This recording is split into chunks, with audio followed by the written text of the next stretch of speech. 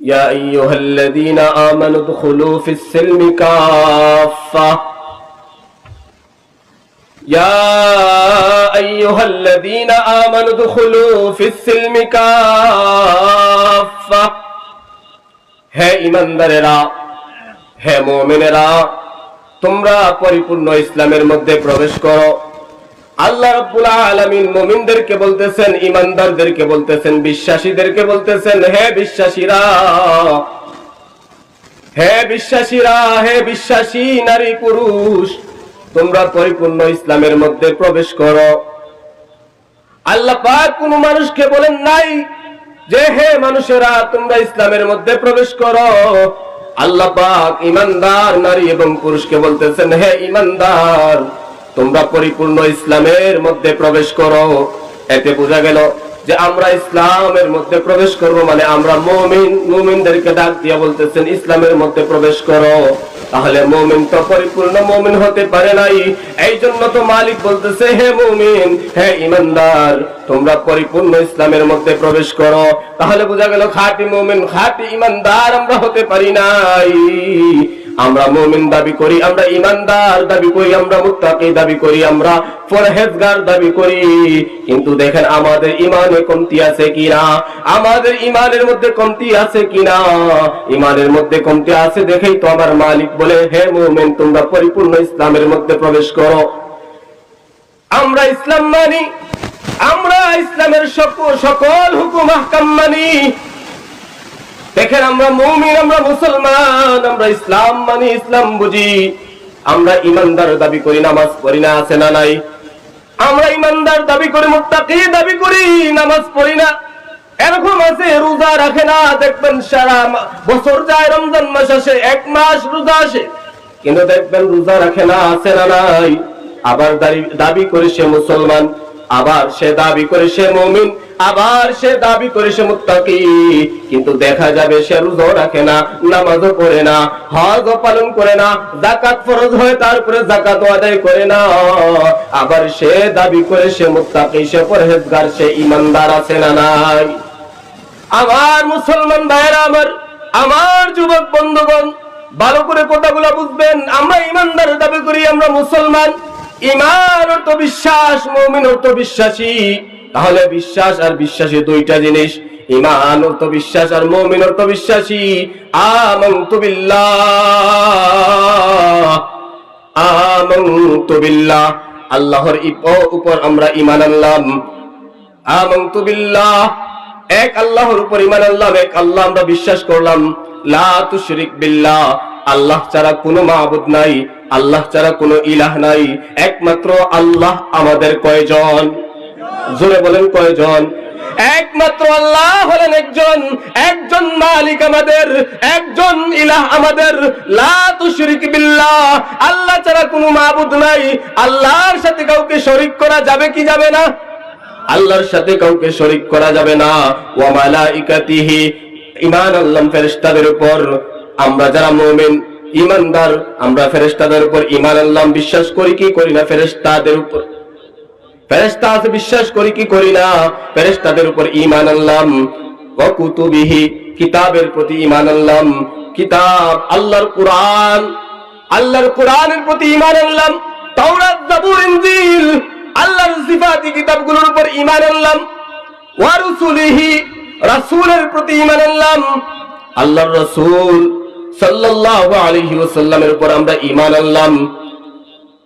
আল্লাহ এবং আল্লাহর রাসূল, আল্লাহ একজন, আল্লাহর রাসূল আল্লাহর বান্দা ও রাসূল, এর প্রতি ঈমান আনলাম।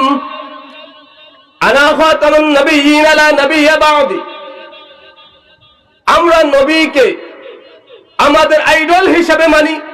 আমাদের নবীর তরিকা সুন্নাত অনুযায়ী আমরা চলবো কি চলবো না? আমাদের নবী কয়জন? আমাদের নবী একজন, আমরা এক নবীর উম্মত। আমাদের নবী এমন একজন নবী, যেই নবী উম্মতের জন্য শুধু কান্দে, কিয়ামতের ময়দানে উম্মতের জন্য কাঁদবে, সমস্ত নবীরা কিয়ামতের ময়দানে নফসি নফসি বলবে। কিন্তু আপনার আমার নবী, আপনার আমার নবী, প্যারা নবী, সরদার নবী, আকায়ে নামদার নবী, ইয়া রব্বি হাবলি উম্মতি, রব্বি হাবলি উম্মতি, রব্বি হাবলি উম্মতি বলে কাঁদতে থাকবে কিয়ামতের দিন। কিয়ামতের দিন উম্মতের জন্য কাঁদতে থাকবে। আপনার আমার নবী এমন নবী, এখন যদি কোনো বেঈমান কোন নাস্তিক আপনার আমার নবীর বিরুদ্ধে কথা উঠায়, আপনার আমার নবীর বিরুদ্ধে কথা বলে, তখন আমরা কিন্তু চুপ থাকতে পারি না। পারবেন? গোলাম আহমদ কাদিয়ানী আমাদের নবীকে অস্বীকার করে সে নবী দাবি করে, অথচ বলা হয়েছে আমার নবীর পরে কোনো নবী নাই। আছে? আপনার আমার নবীর পরে কোনো নবী আছে? গোলাম আহমদ কাদিয়ানী নবী দাবি করি, নিজেকে নবী মানে, নিজেকে নবী দাবি করে, আমার নবীকে অস্বীকার করে। এই গোলাম আহমদ কাদিয়ানীকে এই বাংলার জমিন থেকে, এই বাংলার জমিনে এই গোলাম আহমদ কাদিয়ানীকে কাফের ঘোষণা করতে হবে। ঠিক কিনা? আপনারা কি চান না? আপনারা কি চান আমার নবীর পরে কোন নবী আছে? মুসলমানের এই দেশেতে কাদিয়ানীদের ঠাঁই নাই। কাদিয়ানীদের পক্ষে যারা, তাদের কোনো রক্ষা নাই। মুসলমানের এই দেশেতে কাদিয়ানীদের ঠাঁই নাই। কাদিয়ানীদের পক্ষে যারা, তাদের কোনো রক্ষা নাই। এই দেশেতে থাকতে হলে কোরআন মানতে হবে, কোরআন না মানলে সোনার বাংলা ছাড়তে হবে। জোর কদমে সামনে চলো, বজ্রকণ্ঠে আওয়াজ তোলো, একই তালে একই সুরে দাও না স্লোগান, নারায়ে তাকবীর, নারায়ে তাকবীর, দিন ইসলাম, দিন ইসলাম, জিন্দাবাদ, জিন্দাবাদ, কাফের, কাফের, কাদিয়ানীরা কাফের, নবীর পরে নবী নাই, সংসদে আইন চাই। মুসলমান ভাইয়েরা আমার, নবীর উপরে ঈমান আনলাম, আমার নবীর বিরুদ্ধে যদি কেউ কথা বলে, আমি মুসলমান, আমি এক নবীর উম্মত, আমার নবীর বিরুদ্ধে কথা বলবে, আর যদি আমার দিলের মধ্যে আঘাত না লাগে, আপনি আমি ঈমানদার না, আপনি আমি মুসলমান দাবি করতে পারি না। আমার নবীর বিরুদ্ধে কথা বলবে বেঈমান, আমার নবীর বিরুদ্ধে কথা বলবে নাস্তিক, আমার নবীর বিরুদ্ধে কথা উঠাবে বেঈমান কাফেররা, আর আমি মুসলমান দাবি করি, আমি ঈমানদার দাবি করি, আমি মুমিন দাবি করি, আপনার আমার দিলের মধ্যে একটু আঘাত লাগে না, তাহলে বুঝবেন আপনার আমার ঈমানদারিত্ব এখনো ঈমানদার, খাঁটি ঈমানদার হতে পারি না, এখনো খাঁটি ঈমানদার হতে পারি নাই, খাঁটি মুমিন হতে পারি নাই। আমরা এখনো আবু বকরের মতো ঈমানওয়ালা হতে পারি নাই, আমরা এখনো উমরের মতো ঈমানওয়ালা হতে পারি নাই। আল্লাহ রাব্বুল আলামিন কোরআনে কারীমের মধ্যে বলেন, قد سمع الله قول الذين قالوا إن الله فقير ونحن أغنياء قد سمع الله قول الذين قالوا إن الله فقير ونحن أغنياء। এই আয়াতের শান নজুলের মধ্যে আল্লাহ বলেন, হযরতে আবু বকর সিদ্দিক রাদিয়াল্লাহু তাআলা আনহু, আল্লাহর পয়গম্বরের জলিলুল কদর সাহাবী আবু বকর, কেমন সাহাবী, আল্লাহর নবী হাদিসের মধ্যে, হাদিসের ভাষায় বলে দিয়েছেন, প্রত্যেক জুমার নামাজে ইমাম সাহেবরা বলেন, সবাই এই হাদিসটা জানে, আরহাম উম্মতি বিউম্মতি আবু বকর ওয়া আশাদ্দুহুম ফি আমরিল্লাহি উমর ওয়া আসদাকুহুম হায়াআন উসমান ওয়া আকদাহুম আলী ওয়া ফাতিমাতু সাইয়্যিদাতু নিসাই আহলিল জান্নাহ। আমরা সবাই এই হাদিসটা জানি, কেমন নবীর উম্মত, কেমন নবীর সাহাবী তারা। হযরতে আবু বকর রাদিয়াল্লাহু তাআলা আনহু আরহাম, নরম দিলের সাহাবী। আল্লাহর রাসূল বলেন, এমন দিল তার, এমন নরম দিল, এমন নরম দিল আর আবু বকরের মতো কারো ছিল না। সুবহানাল্লাহ বলেন। হঠাৎ করে আবু বকর সিদ্দিক রাদিয়াল্লাহু তাআলা আনহু একজন ইহুদি আলেমের রাজ দরবারের মধ্যে হাজির। ওই ইহুদি বড় আলেম, নাম তার ছিল ফিনহাস। ওই ফিনহাস তার ভক্তদেরকে তার কিতাব সম্পর্কে, তার দিন সম্পর্কে ব্যাখ্যা দিতেছে। ওই সময় হযরতে আবু বকর সিদ্দিক রাদিয়াল্লাহু তাআলা আনহু হাজির, তার দরবারে গেলেন। ওই ফিনহাসকে গিয়ে বললেন, ফিনহাস, তুমি তোমার ভক্তদেরকে কিসের দাওয়াত দিচ্ছ? তুমি তাদেরকে আল্লাহর দাওয়াত দাও, তুমি আমার আল্লাহর দাওয়াত দাও, দ্বীনের দাওয়াত দাও, আমার নবীর দাওয়াত দাও, আমার রাসূলের দাওয়াত পৌঁছে দাও। তখন ফিনহাস এমন কথা বলল, যেই কথা শোনার পর হযরত আবু বকর রাদিয়াল্লাহু তাআলা আনহু আর আরহাম থাকতে পারেন নাই। তখন তিনি গরম হয়ে গেলেন, নরম সাহাবী গরম হয়ে গেছে। এই কথা শোনার পর যখন গরম হয়ে গেছেন, আমার আল্লাহকে গালি দিছে। এই গালি শোনার পর আর আবু বকর নরম থাকতে পারে নাই। সাথে সাথে এখন আবু বকর চিন্তা করতেছে কি করবে। এখন তো ওই ফিনহাসের যে দল ছিল, তার ভক্তরা তার চারপাশে, এখন যদি তাকে আঘাত করে, তাহলে যদি ওই ভক্তরা তাকে আটক করে ফেলে, ওই চিন্তা আবু বকরের ভিতরে। কিন্তু ওই আবু বকর তো ওই আবু বকর কেমন আবু বকর, ওয়াল্লাযীনা আমানু আশাদ্দু হুব্বান লিল্লাহ। আবু বকর আর ঠিকতে পারে নাই। আবু বকরের মেজাজ তো গরম হয়ে গেছে। আবু বকর কি করবেন? আর মেজাজকে ঠান্ডা করতে পারেন নাই, নরম রাখতে পারেন নাই। আবু বকর আর হাম থাকতে পারেন নাই। আবু বকর সাথে সাথে ওই ফিনহাসের গালের মধ্যে চর বসায় দিছে। এখন তো ফিনহাসের গালে চর বসায় দেওয়ার পর আবু বকর চলে আসছে। এখন তো ফিনহাস এখন চর খেয়ে এখন লজ্জায় তো মুখটা নিচে হয়ে গেছে। তার ভক্তরা চারপাশে দেখতেছে, কিছুই করতে পারে নাই। এখন চিন্তা করতেছে, এখন তো আবু বকরের চেয়ে বড় তো আর কোন সাহাবায়ে কেরাম নাই যার কাছে বিচার দেবে। এখন তো আবু বকরের বিচার দেওয়ার জন্য কার কাছে যাবে চিন্তা করলো। হঠাৎ করে চিন্তা আসলো, মাথার মধ্যে বুদ্ধি আসলো, একমাত্র তো আল্লাহর রাসূল ছাড়া আর কোন দরবার নাই। সাথে সাথে ফিনহাস চলে গেল আল্লাহর রাসূলের দরবারে। ইয়া রাসূলুল্লাহ, ইয়া হাবিবাল্লাহ, ও আল্লাহর নবী, আপনার সাহাবী আবু বকর আমার কাছে গিয়েছিল, আমার কাছে দ্বীনের দাওয়াত দিতে গেছিল, কিন্তু দ্বীনের দাওয়াত দিতে গিয়ে আমার গালের মধ্যে চর বসায় দিয়েছে, তাপ্পর মারছে। এখন আপনি আপনার আবু বকরের বিচার করেন।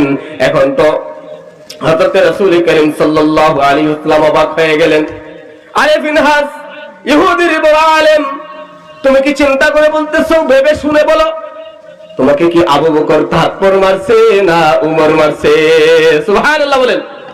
দেখেন আমার পয়গম্বরের চিন্তা কেমন আবু বকরের প্রতি। আবু বকর আরহাম সাহাবী, আর উমর হচ্ছেন গরম সাহাবী। হয়তো উমর মারতে পারে, আল্লাহর রাসূল কল্পনাও করেন নাই আবু বকর যে এত গরম হয়ে যাবেন। হঠাৎ করে ওই মজলিসের মধ্যে আবু বকর উপস্থিত। এখন তো ফিনহাস দেখে যার হাতের তাপ্পর খাইছি, সেই ব্যক্তিটাই এখন আল্লাহর রাসূলের দরবারে হাজির। এখন তো ফিনহাস কথা বলে না। আল্লাহর রাসূল সাল্লাল্লাহু আলাইহি ওয়াসাল্লাম বলেন, আবু বকর, তোমার বিরুদ্ধে নালিশ, তোমার বিরুদ্ধে বিচার। এই ফিনহাস আসছে, তুমি নাকি ফিনহাসকে তাপ্পর মারছো। আল্লাহর রাসূলকে বলেন, ইয়া রাসূলুল্লাহ, ইয়া হাবিবাল্লাহ, ও আল্লাহর নবী, আমি কেন তাকে থাপ্পর মারলাম? ইয়া রাসূলুল্লাহ, আমি থাপ্পর মারছি, আমি স্বীকার। কিন্তু ইয়া রাসূলুল্লাহ, ইয়া হাবিবাল্লাহ, ও আল্লাহর নবী, কেন তারে থাপ্পর মারলাম সেটাও তো জানার অধিকার আছে, আছে না নাই? কেন থাপ্পর মারলাম সেটাও তো জানার অধিকার আছে। কেন এই মাঠে ময়দানে উলামায়ে কেরাম নামছে সেটাও তো বুঝার দরকার আছে না নাই? এই মাঠে ময়দানে উলামায়ে কেরাম কাজ করে, একদলের দেখবেন হিংসা লাগে। কথা বলেন না কেন? মাঠে ময়দানে উলামায়ে কেরাম কাজ করতেছে দ্বীনের, একদল হিংসুকরা পিছন থেকে কথা বলে, ঠিক কি না? বুঝলাম না, আপনারা কি আমার কথা বুঝেননি? বুঝেননি? মাতুন না দেখি। একদল উলামায়ে কেরাম এই জমিনের মধ্যে দ্বীনের দাওয়াত প্রচার করতেছে, মাঠে ময়দানে নেমে রাজনীতির মাঠেও নামছে। এইদিকে একদল পিছনে কথা বলতেছে, হিংসায় জ্বলে পুড়ে ছাই, ঠিক কিনা? বুঝতে হবে ভাইরা আমার, মুসলমান বন্ধুগণ, কেন উলামায়ে কেরাম মাঠে ময়দানে কাজ করতেছে, কেন দ্বীন প্রচার করার জন্য মাঠে নামছে, কেন রাজনীতির ময়দানে উলামায়ে কেরাম মাঠে নামছে, এই কথা বোঝার দরকার আছে আমাদেরকে। আমরা শুধু হিংসা করলে চলবে না। আজ যদি মাঠে ময়দানে যদি উলামায়ে কেরাম না নামতো, তাহলে হক আর বাতিল আপনারা কখনো চিনতে পারতেন না, ঠিক কিনা? জোরে বলেন, ঠিক কিনা? আজ যদি এই সমাজের মধ্যে ন্যায় এবং ইনসাফ থাকতো, উলামায়ে কেরামের রাজনীতির কোনো দরকার ছিল না, ঠিক কিনা? আজ ইনসাফ নাই দেখেই, হক আর বাতিলের পরিচয় না দেখেই এই জন্য উলামায়ে কেরাম মাঠে ময়দানে এখন নামছে, ঠিক কিনা? আগে বুঝতে হবে উলামায়ে কেরাম কেন মাঠে ময়দানে নামছে। না বুঝে লাফাইলে চলবে? চলবে না। বুঝতে হবে উলামায়ে কেরাম কিসের জন্য মাঠে ময়দানে কাজ করতেছে, কেন রাজনীতির মাঠে আসছে, সেটা আমাদেরকে আগে বোঝা লাগবে। যদি আমাদের এমপি, মন্ত্রী, মেম্বার সহ, চেয়ারম্যান সহ যদি হক আর বাতিল চিনতো, হকের উপর অটল থাকতো, তাহলে আজ উলামায়ে কেরাম মাঠে ময়দানে রাজনীতির দরকার ছিল না। উলামায়ে কেরাম তো মাঠে ময়দানে রাজনীতি করার জন্য না, উলামায়ে কেরাম তো হাদিসের মসনদে হাদিস তালাশ করার জন্য, হাদিস শিক্ষা দেওয়ার জন্য উলামায়ে কেরাম, মাঠে ময়দানে রাজনীতি করার জন্য উলামায়ে কেরাম না, ঠিক কিনা ধরে বলেন? এই জন্য মুসলমান বন্ধুগণ আমার, ফিনহাসকে যখন আল্লাহর রাসূল যখন শুনলেন কেন আবু বকর তাকে থাপ্পড় মারলেন, আবু বকর রাদিয়াল্লাহু তাআলা আনহু বললেন, ও আল্লাহর রাসূল, ইয়া রাসূলুল্লাহ, ইয়া হাবিবাল্লাহ, আমি কেন ফিনহাসকে থাপ্পড় মারলাম? সে এমন একটা কাজ করছে গো ইয়া রাসূলুল্লাহ, ইয়া হাবিবাল্লাহ, আমি সহ্য করতে পারি নাই গো রাসূল, আমার দিলটা নরম রাখতে পারি নাই, আমার মেজাজটা নরম রাখতে পারি নাই গো রাসূল। সে আমার আল্লাহকে গালি দিয়েছে, আমার আল্লাহকে ভিক্ষুক বলে গালি দিয়েছে, আমার আল্লাহকে সে ভিখারি বলেছে, আমার রাসূলকে সে অস্বীকার করেছে। ইয়া রাসূলুল্লাহ, ইয়া হাবিবাল্লাহ, আমি যখন এই কথাগুলো শুনলাম, আমার কানে যখন এই কথা আসলো, ইয়া রাসূলুল্লাহ, ইয়া হাবিবাল্লাহ, আমি আবু বকর কিন্তু তখন আর হাম থাকতে পারি না। কেমন ছিল আবু বকরের ঈমান, কেমন মুমিন ছিলেন। আজ তো আমাদের ঈমান এমন, আমরা তো এমন মুমিন, আমরা তো এমন মুসলমান। একজন বেঈমান যদি পিছন দিকে বন্দুক ধরে আর বলে তুই ঈমানটা ছেড়ে দে, তুই বল আল্লাহ নাই, তুই বল আল্লাহ বলতে কিছু নাই, তখন দেখবেন এই বন্দুকের ঠেলায় আপনারা আমার ঈমানও সামনের দিক থেকে বের হয়ে যাবে, ঠিক কিনা? এমন ঈমান আপনারা আমার। বন্দুকের ভয়ে ঈমানটাও আমরা ছেড়ে দিতে পারবো কি পারবো না? পারি। বন্দুকের ঠেলায় দেখবেন বলে হ্যাঁ আমি তোমার কথা রাজি, আল্লাহ বলতে কিচ্ছু নাই, রাসূল বলতে কিচ্ছু নাই, এমন আপনারা ঈমান হয়ে গেছে। এই জন্য ভাইয়েরা আমার, আমাদের ঈমান ওই আবু বকরের ঈমানের মতো তৈরি করতে হবে, আমাদের ঈমান ওই উমরের ঈমানের মতো তৈরি করতে হবে, রাসূলের প্রতি ঈমান আনতে হবে, আল্লাহর উপর ঈমান আনতে হবে, আল্লাহ এক এটা বিশ্বাস করতে হবে।